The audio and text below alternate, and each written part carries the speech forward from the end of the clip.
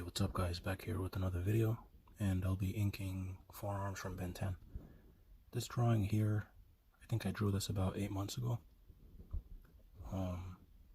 There's more contrast in it compared to my other pieces, because back then I was trying not to do too much line work with the brushes. It's mostly just blocking in bigger shadows, trying to aim for more contrast. But as you can see here, certain techniques I'm going to go over, like you see how the outline of the head is not fully outlined. There's the reason I do that is because it gives the shape of the head more volume. So areas where you feel that the light is hitting more on the outline are going to have less of an outline. So you can see around like the cheekbones, right? There's higher shadow underneath them to show that there's more muscle in the part with less outline. On that part of the skull, the viewer's left side, there's less of an outline there, probably just to show the light source. So when you're inking and you're doing outlines, you could do that trick to help you when you're trying to create volume in your shapes, things like that. So thicker outlines where the shadow is supposed to be, and thinner outlines where the maybe even no outlines at all where the light is supposed to be. It gives a really high contrast look, and it looks pretty cool.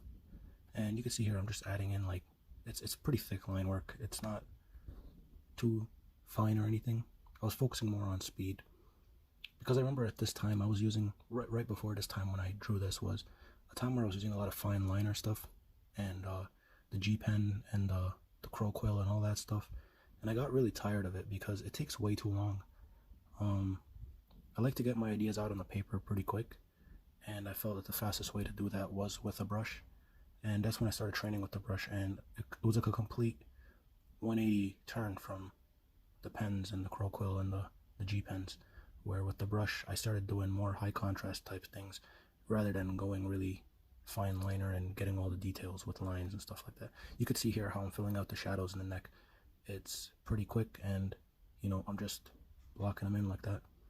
But also this video is sped up 2 times speed because I don't want to make the video too long, because I just wanted to show the drawing, because this is some old footage, but I really like the drawing, so I decided to make a video. Overall, I think it turned out pretty well, even though it was like a pretty long time ago. And I feel like I've gained way more experience with the brush now, and I take more time using it. I'm more patient using it also. That's the thing without the brush, you can get pretty impatient sometimes. It's one of those tools that's just, you gotta be patient with it. I want to make videos on the crow quill and the G pen. Let me know if you guys want to see that. But here you can see I'm just really filling in shapes and just leaving the empty spots just to show the light. It gives like form and volume to the figure. See that? Like around there where the rib cage, the top of the rib cage in the middle, the sternum area, I'm going to leave that to show the light. I'm going to kind of dry brush it in there.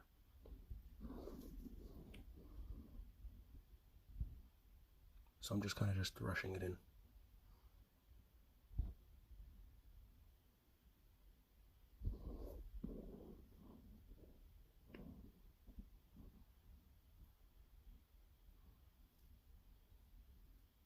The dry brush, it's a pretty effective technique if you learn how to use it. It speeds up a lot of the shading process. Sometimes you don't feel like rendering certain things in. You could just lay some dry brush on there and it fixes it all up. Sometimes it may look bad if it's done, of course, incorrectly, but most of the time I feel like when you use a lot of dry brush in your art and you use it effectively, it gives it a really cool, realistic look. Because with a lot of brush marks, they look more organic than like cross hatching and pen marks. It looks more natural.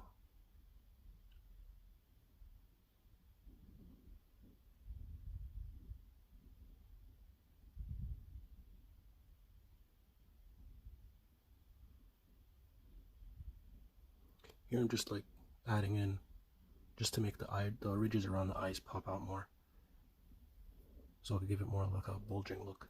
And then I'm going to move on to the hands.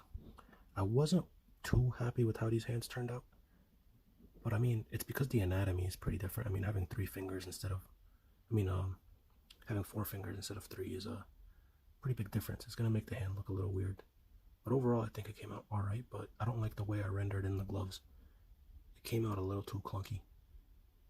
But during this time period, I remember when I was drawing hands, I I would make them really bony. Like you see the knuckles here, they're very like bony, and it looks like there's a lot of tendony stuff in there, a lot of tendons.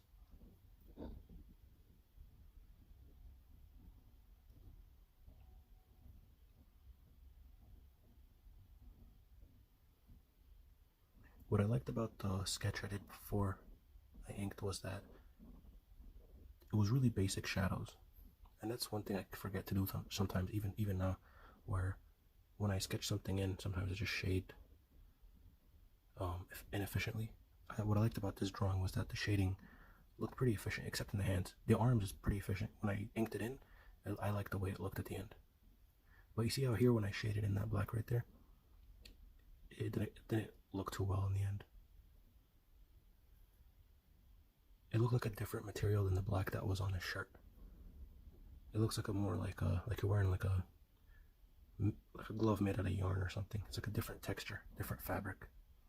I didn't like that too much. Now I'm gonna move on to the wrist. The thing about like the forearm is that there's a lot of tendons and muscles in there, and they all go different directions. And so when you put this like effect of, oh yeah, you see these brush strokes right here? I could just cover that distance quick. That's why I moved to using brushes. It's like you could add in these shadows immediately. But yeah, as you can see here on the forearm and how it connects to the hand, gotta add that like effect of the veins and stuff like that. And you could do it easily with like shadows that are pointed towards the end. You could see how it's like more of like a triangular shaped shadow. And also where like the joints connect, if you add more shadows there, it makes it look pretty cool. Like it gives a unique look to when you're adding joints and things. I mean shadows to the joints and the connections of the limbs. It makes it look like the two planes are converging. Like when you got different planes moving into each other, like in geometry or something like that, right? Planes, not like airplanes, but when planes are like converging, or like limbs or whatever shapes are converging, they're gonna have stronger shadows where they converge. So make sure to do that when you're drawing. It gives a really cool look. So here I moved on to like a form of rendering that's more of like pointier, scratchy looking lines. I didn't like that too much. I don't really like how this hand turned out. But yeah, I keep adding more rendering to the wrist and the side of the forearm. And I'm trying to remember where the light source was. I try to go as light as possible on the rendering on the shirt, because I know if I put too much, it's going to distract from the main design, which is that black line he has going around the neckline and the middle of the shirt. So if I added too much shadow to the shirt, it could have taken away from that.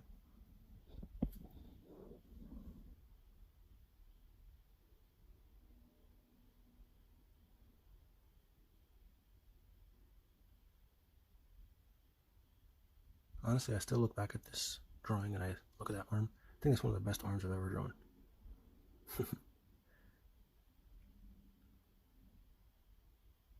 And looking at how fast I drew it, I'm kind of proud of myself. But the one thing that still annoys me about this drawing is, like, you see the top of that second arm, the one I'm working on right now, its tricep should have had more shadow to it, because the other arm on the top is overlapping. So because of where the light source is, there should have been more shadow on the upper part of that arm. But overall, the way that forearm connects to the upper arm, I really like it. Oh wait, I did add a shadow, so that's pretty good. I think I spoke too soon. Alright, so okay. That's decent.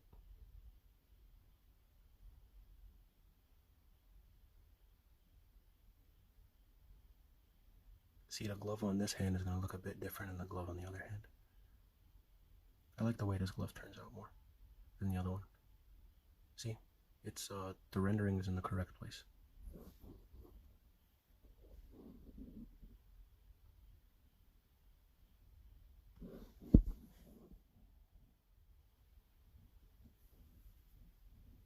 I shouldn't have added that spot there on the highlight. So pretty much I just do the two other hands the same way that I did the other two. More shadows in the forearms and the elbows and the places where muscles and tendons are overlapping and connecting, right? Keeping those knuckles the same as the knuckles on the other hand with the thicker knuckle, right? And it has kind of like a tendon going through it.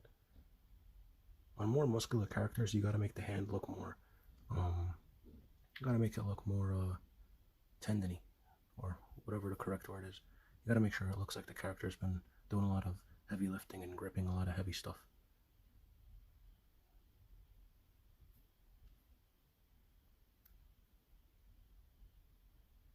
But yeah, and also the highlights are gonna outline whenever you're drawing like stuff that's on the body, like a costume or something. Make sure that the highlights show the anatomy that's underneath, right? Because it shows, it's not gonna be distracting. It's gonna show also the figure how it looks like, and it also looks cool. Anatomy is always a cool thing to show because it adds a lot to the work.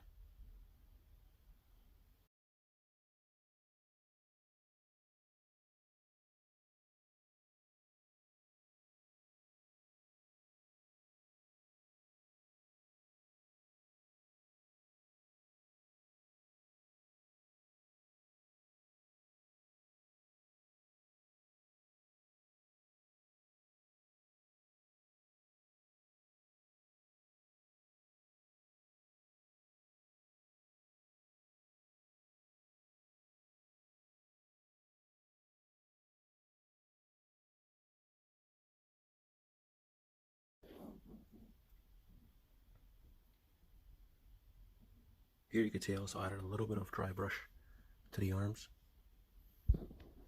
and certain shadows. Like if you start off with a place where there's like a lot of connections and there's a lot of shadows, you could ease into the area with the highlights with the dry brush. The Omnitrix part was hard because I didn't want it to be very plain, and I wanted to put like a lot of tech that's connecting it to his shoulder, like it's kind of like a part of him. But I feel like it was a little clunky.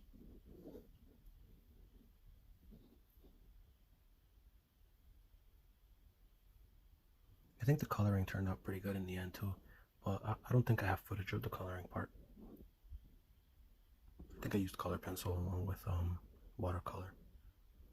But if I would have used the same coloring techniques I use now on it, I think it would have turned out way better.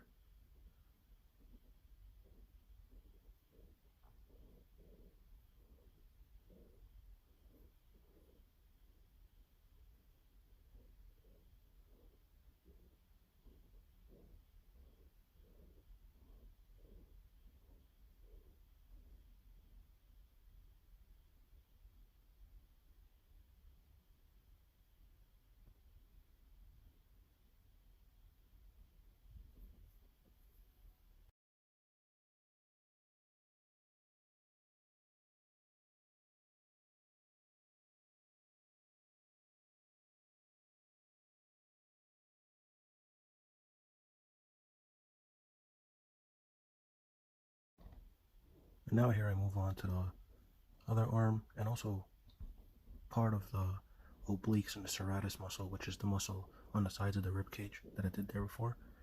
You see in a lot of old school comics, they're drawn incorrectly, but that's alright because they look cool when you draw them incorrectly sometimes, like when you add more shadows to that part.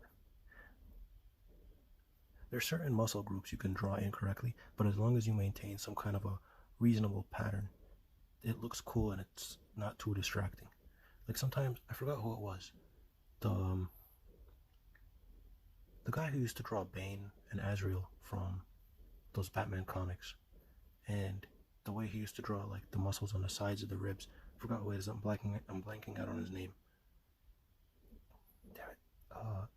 Forgot his name. But the way he used to draw like the ribs, the side of the ribs, the serratus muscles, and how they would attach to the abdominals, it was a pretty cool look. And a lot of comic book artists would copy that because they are hard muscles to draw correctly. And so if you just like maintain a certain pattern, and that's the thing about a lot of styles is that if you maintain your pattern throughout, it's not distracting, especially if you're drawing comics. If you draw things differently on each page, it's going to be distracting for the viewer.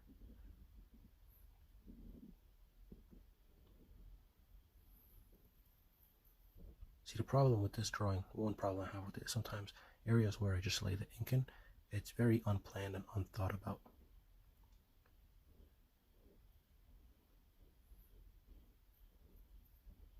One thing I would have done differently about the position of some of the hands and the fingers would be I would try to make it look like he's tenser, more tense. And with this hand right now, it's just very lazy. I just feel like he's just throwing it out there in the air.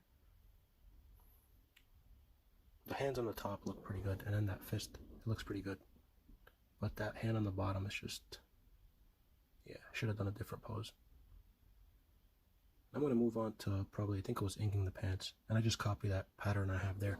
One thing I would have done differently was I would probably add more muscle tone to it, and at the same time, I would try to make sure that the shadows go in certain directions to to imply the shape of the forearms of the leg muscles and its shape and its perspective.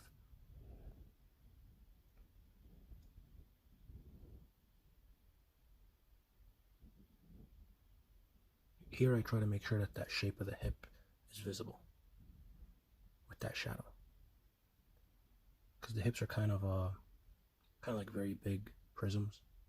Is that the correct shape? I'm not sure, but you could tell like where the shape of the hip is here and the way that the pants are creasing because the leg is lifted up.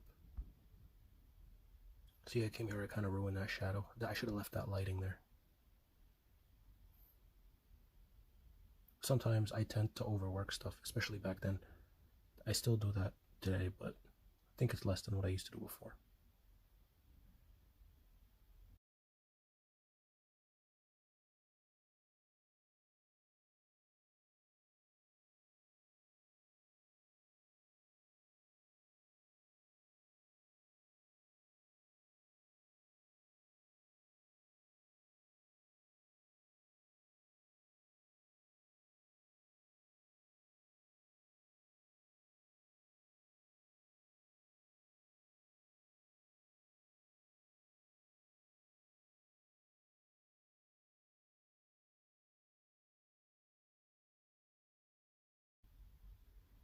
Yeah, the upper leg, I still don't. I don't know why I did the shadows the way I did them there. Some of them are pretty off because of the way that the pants are creasing. The lower leg, though, it looks better.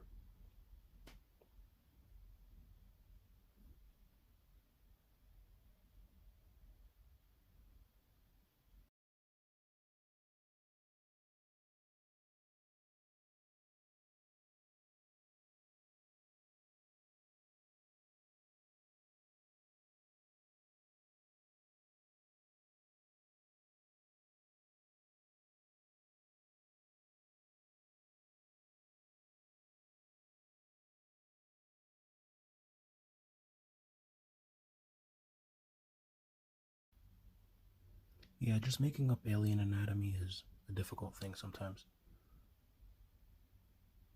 I would recommend if you're drawing anatomy that is not human, would be to make sure that you pencil it out completely. I mean, that advice goes for most things. Pencil out something you don't understand completely. I should have done that here. That foot looks a little off. It looks like it does not connect correctly to the environment. And that can throw off a whole figure. Because if you're drawing a figure and the figure does not attach correctly to the environment, and it doesn't look like gravity is doing its thing, or it's like or it's just very unbalanced and unstable, sometimes it could throw off the whole drawing, and you don't want that. See, here I didn't even plan out the environment too well, and I should have done that before. Because what if I made a mistake that was too big at this point? It would have ruined the whole drawing, and it would have wasted my time. And so one thing I do today is if I'm drawing something, I make sure that important things like the environment or the background are planned out thoroughly. I mean, not always the whole background, but what the character attaches to in the background. You can't have things that the character will be interacting with, like the floor here, for example. You can't have that unplanned out and unthought about, not thought about. You have to make sure you think about that stuff. So see here, I just add shadows to it just to hide the mistakes.